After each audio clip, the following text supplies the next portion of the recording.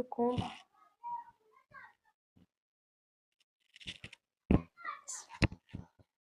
Saida, Na? kawo min ruwa.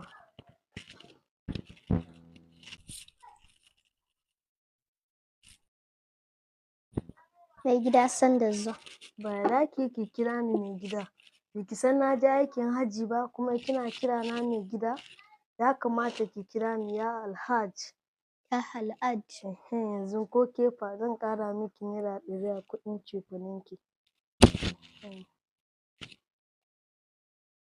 Ungo. Na ƙara miki. Ya Alhaji. A'a, na ƙara miki. Ya Alhaji. Kai! Ungo kuma. Ya Alhaji. Na ƙara miki kuma. Kinga wannan na ƙarshen ne fa.